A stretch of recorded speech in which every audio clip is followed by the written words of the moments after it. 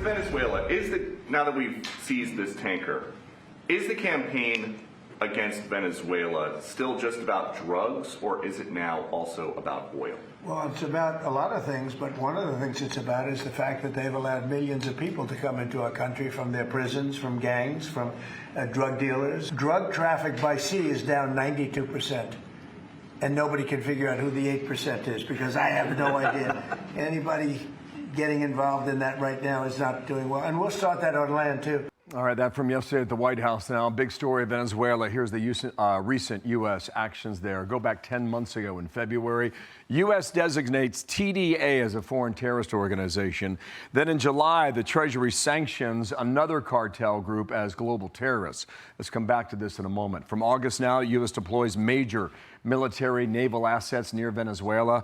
And then early September, you got the U.S. strikes on 22 smuggling boats, killing 86 people so far to date. November last month, the USS Gerald Ford, the largest in the carrier strike group, deployed off the coast of Venezuela. 3 weeks ago, the U.S. formally designates this cartel as a foreign terrorist organization.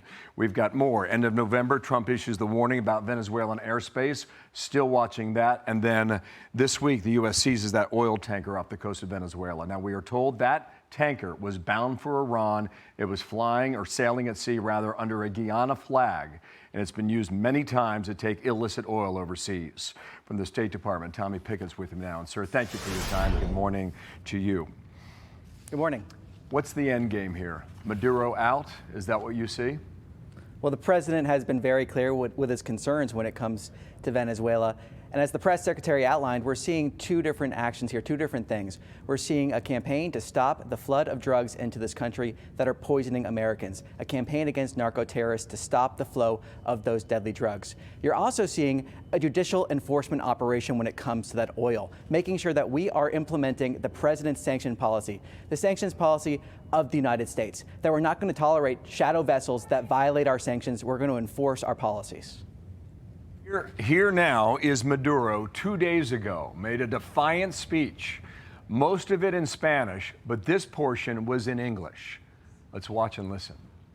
No more Vietnam, no more Somalia, no more Iraq, no more Afghanistan, no more Libya, no blood for oil.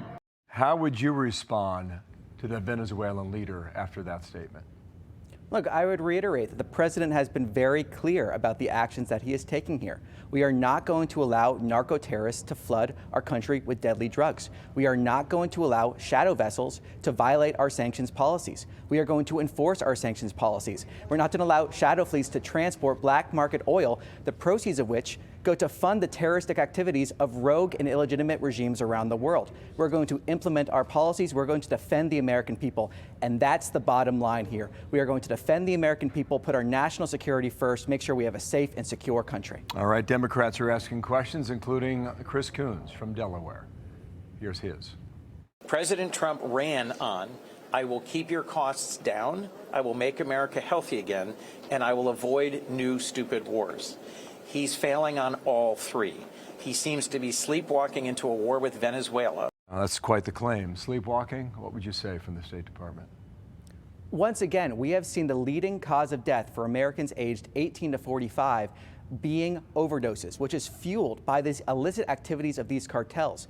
And you're seeing those designations, you mentioned some of them, but designations of cartels across our region. We are saying enough is enough. We are going to secure the border. We're going to stop illegal immigration, which is used by cartels to smuggle these drugs. We are going to defend the American people. We're going to stop these cartels, these narco-terrorists, from poisoning tens of thousands of Americans every single year. Okay, that's on Venezuela. Now to Ukraine, and this has been very difficult. We know the president's frustrated clearly with both sides. Lately, he seems to be more frustrated with Putin. Here's Zelensky. Big meeting in Paris on Saturday with the U.S., UK, France, and Germany. Here we go, Zelensky from yesterday. We had conversation with the United States team about possible security guarantees for Ukraine, and we are working on a framework document, and it must be strong enough to truly work. We believe this document should be approved by the United States Congress. This would mean real, solid legally binding security guarantees for our country. Sir, this may be something that you can't see at the moment, but can you today make a prediction for next year in 2026 that finally, after 4 years, this war will end? Well, I'm not going to be in the prediction business here, but what I can say is bringing this conflict to an end is this president's goal. He just wants to see a stop to the bloodshed so people can go home and live prosperous lives, advancing that cause of peace. And to do that, we need to have conversations with both sides to see what will end this conflict. And that is the endeavor that we are having here. Again, the primary goal being ending this conflict. Well, let's hope for a breakthrough. Maybe it comes this weekend. That would be good for the new year, certainly for the world. Tommy Pigott, thank you for your time, sir. We'll talk again very soon. And if we don't, have a great holiday. Thank you. You as well. Thank you. I'm Steve Doocy. I'm Brian Kilmeade. And I'm Ainsley Earhart. And click here to subscribe to the Fox News YouTube page to catch our hottest interviews and most compelling analysis.